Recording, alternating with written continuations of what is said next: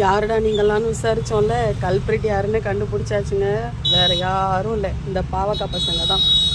நான் மேலே இருக்க ஜன்னல் சட்டத்தில் வந்து ஒரு சின்ன கப்பில் பழுத்த ஒரு பாவக்காய் விதையெல்லாம் போட்டு ஒரு சின்ன பேப்பர் கப் வச்சுருந்தேன், எனக்கு ஞாபகம் இருக்குது. அது வந்து ஏதோ க்ளீனிங் பண்ணும்போது இல்லை காற்று கடிச்சு கீழே விழுந்திருக்கும் போல் இருக்குது. ஸோ அதுவாக விழுந்து அதுவாக முளைச்சிருக்கு. முன்னாடியெல்லாம் எனக்கு இந்த கேயாஸ் கார்டனிங் பற்றி ஒரு ஐடியா இல்லை, அது எப்படி தானாக வரும் அப்படின்னு நான் நினச்சிருக்கேன். பட் இப்போ பார்க்கும்போது தெரியுது, ஆக்சுவலாக இதில் இருந்த எல்லா பாவக்காய் செடியும் தனியாக எடுத்து நட்டாச்சு. இதுலேருந்து பொழைச்சி வர்றது வரட்டும், எவ்வளோ பாவக்காய் சாப்பிட்றது நான். அதனால இதில் இருக்கிறத விட்டுட்டேன். அதுலேயே ஒரு 5 பாவக்காய் செடி இருக்குது. அது போக ஒவ்வொன்றிலையும் 3 பாவக்காய் செடி இருந்தது, எடுத்து தனியாக நட்டுட்டேன்.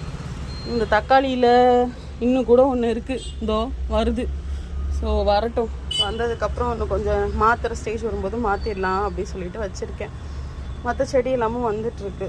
நேற்று தான் உரம் கொடுத்தேன்.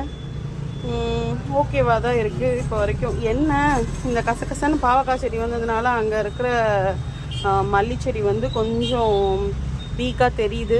பார்ப்போம், இல்லைன்னா அப்புறமா மல்லி செடியை மட்டும் வேறு பெரிய பேக்கில் மாற்றிட வேண்டியது தான். Okay, happy gardening.